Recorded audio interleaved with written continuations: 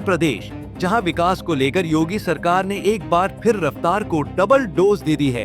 Cabinet के फैसलों से उद्योग, निवेश, रोजगार और कनेक्टिविटी को बड़ा बूस्ट मिलने जा रहा है। सुल्तानपुर में औद्योगिक क्लस्टर, बुंदेलखंड में हजारों करोड़ का एक्सप्रेसवे और गंगा एक्सप्रेसवे का हरिद्वार तक विस्तार, यानी योगी सरकार का विकास मॉडल अब और रफ्तार पकड़ने वाला है। बता दें कि मुख्यमंत्री योगी की अध्यक्षता में हुई कैबिनेट बैठक में उत्तर प्रदेश के विकास को नई रफ्तार देने वाले कई अहम प्रस्तावों को मंजूरी दी गई।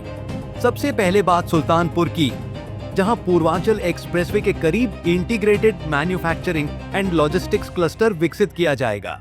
इस परियोजना पर करीब 272 करोड़ 25 लाख रुपए की लागत आएगी और इसका पूरा संभावित व्यय राज्य सरकार वहन करेगी। खास बात यह है कि परियोजना में केंद्र सरकार की किसी वित्तीय भागीदारी का प्रस्ताव नहीं है। सरकार का दावा है कि इस औद्योगिक क्लस्टर के विकसित होने के बाद सुल्तानपुर में उद्योगों के लिए बेहतर आधारभूत ढांचा तैयार होगा। नए उद्योग लगेंगे तो सीधे और अप्रत्यक्ष तौर पर रोजगार के अवसर भी बढ़ेंगे, यानी अब स्थानीय युवाओं को रोजगार के लिए दूसरे शहरों की ओर जाने की मजबूरी कम करने की कोशिश है। वहीं दूसरा बड़ा फैसला बुंदेलखंड के लिए है।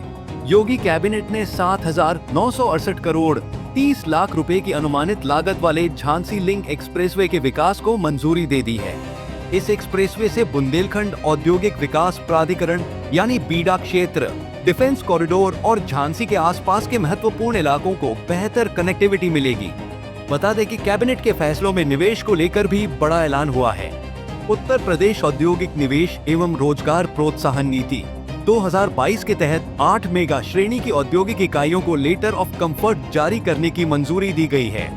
इनमें गौतम बुद्ध नगर, हमीरपुर, हाथरस, बाराबंकी, लखीमपुर खीरी, मथुरा और उन्नाव में प्रस्तावित निवेश शामिल हैं। इन परियोजनाओं के जरिए हजारों करोड़ रुपए का औद्योगिक निवेश जमीन पर उतारने की दिशा में कदम बढ़ाया गया है। और अब बात उस फैसले की जिसका असर सिर्फ उत्तर प्रदेश ही नहीं बल्कि धार्मिक पर्यटन के पूरे कॉरिडोर पर पड़ सकता है। योगी कैबिनेट ने गंगा एक्सप्रेसवे को हरिद्वार तक विस्तारित करने के प्रस्ताव को मंजूरी दे दी है। प्रस्तावित ग्रीनफील्ड एक्सप्रेसवे 6 लेन का होगा और भविष्य में इसे 8 लेन तक विस्तार दिया जा सकेगा। इस परियोजना पर राज्य सरकार पर करीब 10,761 करोड़ रुपए का संभावित व्यय भार आएगा।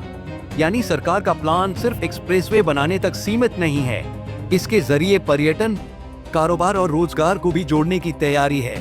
यानी कुल मिलाकर योगी कैबिनेट के फैसलों में विकास का एक बड़ा रोड मैप नजर आता है। बहरहाल अब इन फैसलों को जमीन पर उतारने की चुनौती होगी। डीपीआर से लेकर निर्माण और निवेश को वास्तविक परियोजनाओं में बदलने तक की प्रक्रिया आगे बढ़ेगी। अगर योजनाएं तय समय में धरातल पर उतरती हैं, तो उत्तर प्रदेश में सड़क, उद्योग, निवेश, रोजगार और पर्यटन इन 5 मोर्चों पर एक साथ बड़ा बदलाव देखने को मिल सकता है। Bureau report, Punjab Kesari TV. हमसे जुड़े रहने के लिए हमारे YouTube चैनल को सब्सक्राइब करें और नई वीडियो की नोटिफिकेशन के लिए बेल आइकॉन को दबाएं। अगर आप ये वीडियो Facebook पर देख रहे हैं तो लाइक जरूर करें और ज्यादा से ज्यादा शेयर करें। धन्यवाद।